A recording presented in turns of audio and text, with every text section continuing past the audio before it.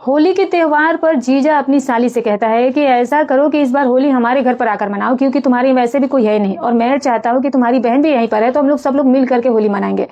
दोस्तों, उसकी बातों में आकर के उसकी जो साली होती है वो अपनी बहन के यहाँ, बहनोई के यहाँ पहुंच जाती है होली खेलने के लिए।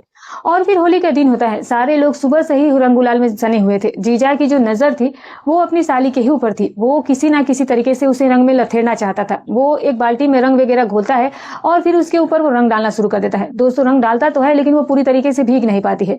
और फिर वो फिर से रंग घोलता है और रंग घोलने के बाद वो रंग को हाथों में लगाता है और हाथों में लगाने के बाद उसके गालों में और फिर उसके अंदर वो कपड़ों के अंदर हाथ डाल देता है। और फिर उसको ऐसी वैसी जगह पर, कोई ऐसी जगह ही नहीं बची थी जहां पर वो रंग लगाता नहीं है। दोस्तों, ये बात साली को थोड़ा अटपटी लग जाती है। वो उसे मना कर रही थी लेकिन वो मानता नहीं है, क्योंकि वो थोड़ा शराब का भी नशा किया हुआ था। उस नशे में उसने सारी हदों को पार कर दिया। उसके प्राइवेट अंगों पर, उसके शरीर के ऊपर वाले भागों पर उतना ही जोर से वो रंग लगाता और जोर जोर से दबाता भी था। दोस्तों, ऐसा करते करते जो साली थी उसे थोड़ा तो बुरा लगा, लेकिन जो उसका मूड था वो स्पर्श पा करके बदल गया। वो बदला लेने की ठान लेती है और फिर दोस्तों वो अब जाती है रंग घोलती है। और फिर रंग घोलने के बाद दोस्तों वो एक बाल्टी में रंग लेकर के आती है और फिर अपनी बहने के ऊपर रंग डाल देती है। और रंग डालने के बाद दोस्तों जो उसका पैंट वगैरह होता है उसको वो खींच देती है और देखते ही देखते वो कच्छे में आ जाता है। और फिर उसके बाद दोस्तों उसकी साली अकेला मौका पा करके उसे कच्छे में हाथ डाल करके रंग लगाना शुरू कर देती है। लेकिन जैसे ही रंग लगाने के लिए हाथ डालती है और फिर उसके हाथ गलत जगह पर जब स्पर्श होता है दोस्तों, तो फिर वो दंग रह जाती है, क्योंकि उसने जो कुछ देखा था वो अपने पूरे जीवन काल में नहीं देखा था। फिर आगे की कहानी दोस्तों कुछ ऐसा मोड़ लेने वाली थी जिसकी कल्पना किसी ने भी नहीं की थी। आइए दोस्तों, पूरी घटना आपको बताने की कोशिश करती हूँ। बहुत ही रोचक, बहुत इंटरेस्टिंग कहानी, आपको बहुत ज्यादा मजा आएगा। पूरा वीडियो जरूर देखिएगा, इसके बिल्कुल भी मत कीजिएगा। लेकिन उससे पहले जो नए दर्शक है जिन्होंने चैनल को सब्सक्राइब नहीं किया है तो चैनल को सब्सक्राइब कर लीजिएगा। वीडियो कहाँ से देख रहे हैं ये भी कमेंट करके जरूर बताइएगा। और हाँ दोस्तों, वीडियो अच्छी लगी तो लाइक हाइप करना बिल्कुल भी मत भूलिएगा। दोस्तों, आपका एक लाइक हमारे लिए बहुत मायने रखता है, तो एक लाइक जरूर कीजिएगा। दोस्तों नमस्कार दोस्तों, स्वागत है आपका हमारे यूट्यूब चैनल में। दोस्तों, ये घटना जो है वो बिहार के जमुई जिले की है। यहीं पर रहने वाला विनोद, जो कि मुंबई शहर में रहकर के नौकरी किया करता था। विनोद की पत्नी जिसका नाम कीर्ति होता है। दरअसल कीर्ति जो थी वो दो बहन थी, एक कीर्ति और दूसरी श्रुति। कीर्ति जो थी वो सबसे बड़ी थी और श्रुति जो थी वो छोटी थी। कीर्ति की उम्र लगभग 32 साल के आसपास थी और श्रुति की उम्र लगभग 25 साल के आसपास थी। कीर्ति के जो पिता थे वो इस दुनिया में नहीं थे, उनकी माँ थी। घर पर कोई नौकरी पेशा करने वाला व्यक्ति नहीं था, कमाने वाला भी कोई नहीं था, ना ही परिवार में कोई आमदनी का जरिया था। खेती बाड़ी 2-4 बीघे थी जो कि बटाई पर थी। जो कोई अधिया वाला कुछ कमा करके देता उन्हीं से इसका घर का खर्चा चला करता था।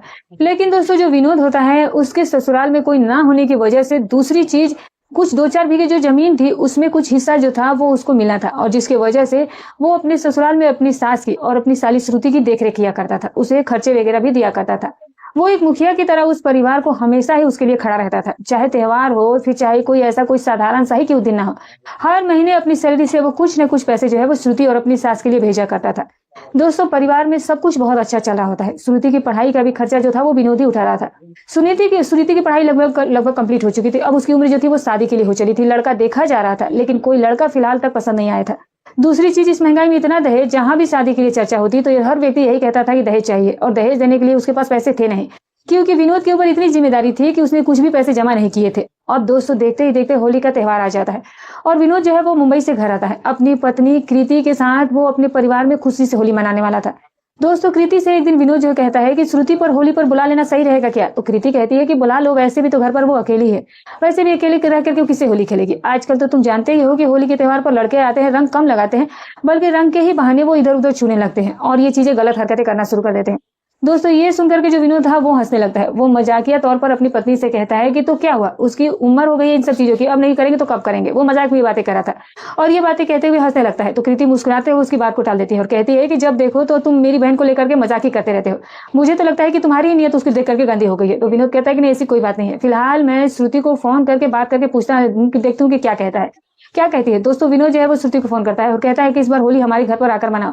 तो श्रुति कहती है कि ठीक है, ये अच्छी बात है, लेकिन मैं आऊंगी कैसे? तो वो कहता है कि तुम एक काम करो कि किसी साधन से कुछ दूर तक चले आओ, बाकी रास्ते में मैं तुम्हें रिसीव कर लूंगा। तो वो कहती है कि ठीक है। श्रुति अपनी माँ से कहती है कि जीजू हमें होली पर बुलाए हैं तो मैं उनके यहाँ जा रही हूँ। तो उनकी माँ कहती है कि ठीक है, जाओ, कोई बात नहीं। दोस्तों, वो अपने कुछ कपड़े लेती है और फिर अपनी दीदी के यहाँ निकाल लेती है।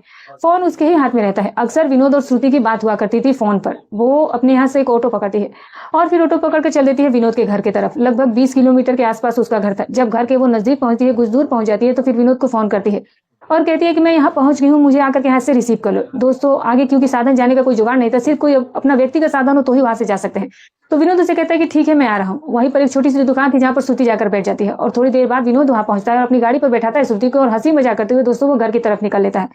विनोद जो था वो श्रुति को देखता है तो देखते ही रह जाता है। श्रुति जो थी वो पूरी तरीके से जवान हो चुकी थी, शरीर का हर एक अंग जो था वो पूरी तरीके से खिल चुके थे। उसको जब पहली बार विनोद इतने टाइम के बाद देखा तो देखता ही रह गया। उसकी मंशा तो वहीं पर खराब हो गई, लेकिन वहां पर ये सब करना उसने सही नहीं समझा। वो तो बस एक मौके की तलाश में था कि एक मौका मिल जाए और इसके साथ वो पूरी तरह हसरतें वो पूरी कर सके, तो पूरी चाहता था।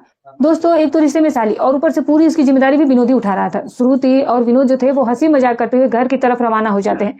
विनोद जो था वो बहुत ही मजाक कर रहा था श्रुति से। श्रुति उसके हाँ में हाँ मुस्कुराते हुए जवाब दे रही थी और फिर उसके साथ चली जाती है। और देखते ही देखते 10-15 मिनट के बाद वो घर भी पहुंच जाते हैं। कृति श्रुति को देख करके बहुत खुश होती है और उसे पानी वगैरह ला कर देती है। तो फिर दोनों बैठ करके पानी वगैरह पीते हैं और फिर इसके बाद दोनों बहनें मिलकर के बहुत सारी बातें करते हैं। दोस्तों, अब बारी आती है रंग खेलने की। जो विनोद होता है वो एक बाल्टी में रंग होता है और रंग होने के बाद वो श्रुति के ऊपर डाल देता है। देखता है कि श्रुति जो है वो पूरी तरीके से भीगी नहीं है, लेकिन पानी जो है वो शरीर के कुछ इस तरह से बह रहा था कि शरीर के सारे कपड़े जो थे वो पूरे उस बदन में चिपके हुए थे और चिपके हुए कपड़े में वो बहुत ही ज्यादा खूबसूरत लग रही थी। शरीर का हर एक अंग जो था वो पूरी तरीके से खूबसूरत दिख रहा होता है।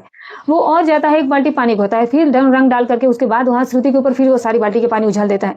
और फिर उसको डालने के बाद दोस्तों जो श्रुति है उसको भीगा हुआ देख करके उसका मन जो था वो इधर उधर होना शुरू हो जाता है। वो सोचता है कि क्यों ना रंग के बहाने आज कुछ और ही की कोशिश की जाए। तो फिर वो हाथों में रंग लगाता है और हाथों में रंग लगाने के बाद वो श्रुति के शरीर में लगाना शुरू कर देता है और देखते ही देखते जो उसका हाथ होता है उसके ऊपर वाले रंगों में घुस जाता है।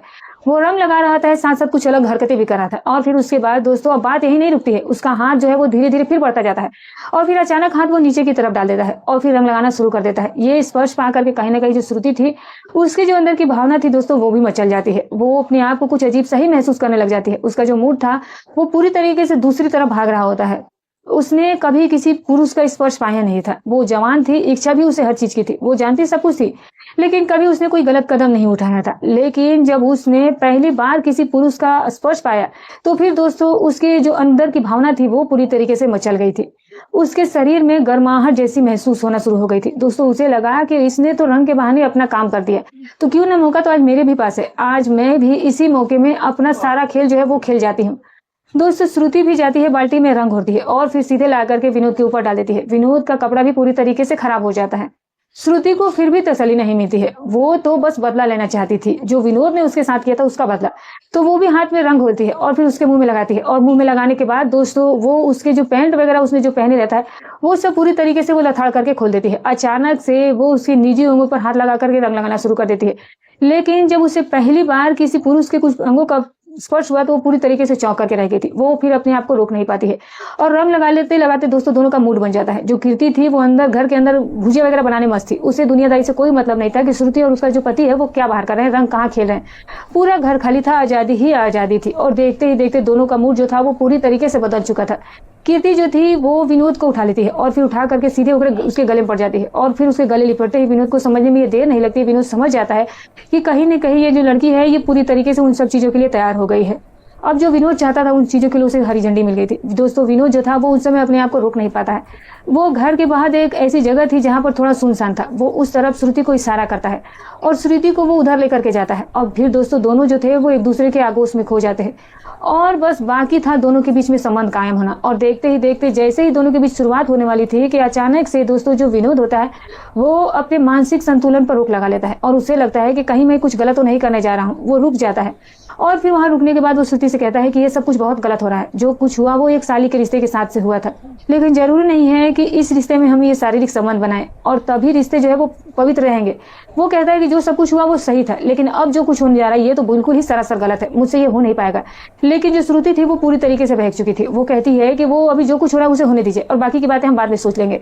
विनोद उसे समझाता है, कहता है कि देखो बेशक तुम मेरे रिश्ते में साली लगती हो, लेकिन मैं तुम्हें अपनी घर की एक सदस्य की तरह ही देखता हूँ और कभी इस नीयत से मैंने तुम्हें देखा नहीं। ठीक है कि रिश्ते में तुम मेरी साली लगती हो तो हंसी मजाक सब कुछ जायज है और जो कुछ हो गया वो भी शायद जायज था, लेकिन अब आगे जो कुछ होने वाला है वो सरासर गलत है और मेरी जो दिल है वो इस चीज के लिए गवाही नहीं दे रहा ऐसा कुछ करने के लिए। दोस्तों श्रुति जो है वो उसे दुनिया भर का हवाला देती है, बहुत सारी कस्में देती है और ये भी कहती है कि अगर यही सब करना था तो फिर मेरे मन को इतना बढ़ाया क्यों। दुनिया भर के वो उसे ताने देना शुरू कर देते हैं, लेकिन विनोद कहता है कि ठीक है अब जो कुछ हुआ अभी भी मौका हम संभाल जाते हैं, नहीं तो हो सकता है कि आगे चल करके रिश्तों में कुछ ऐसी समस्या हो जाए, कुछ ऐसी चीजें उत्पन्न हो जाए जिससे कि मेरा घर परिवार बिखर जाए और जो हमारे बीच एक सम्मानजनक रिश्ता है वो भी खत्म हो जाएगा। दोस्तों विनोद जो है वो वहां से भाग जाता है। अब जो श्रुति होती है वो इस चीज को बहुत ज्यादा गुस्सा होती है और बड़बड़ाते हुए नखरे दिखाते हुए घर की तरफ आती है और आकर के सीधे कृति के पास जाती है और कृति के पास जाने के बाद अपनी बहन के पास बैठ करके रोने लगती है और ये देख करके उसकी बहन पूछने लगती है कि क्या हुआ। तो दोस्तों वो बताती है कि कुछ भी नहीं, कुछ वो बताना नहीं चाह रही थी। और तब तक उसकी बहन कह रही थी कि लगता है कि तुम्हारे जीजे ने ज्यादा तुम्हें रंग लगा दिया, क्योंकि मैं देख रही हूँ कि तुम्हारे पूरे बदन पर ही रंग लगा हुआ है। तो दोस्तों वो अपनी बहन से कैसे बताती और क्या बताती, उसके पास कोई जवाब ही नहीं था, लेकिन मजबूरन में वो अपने आप से समझौता कर लेती।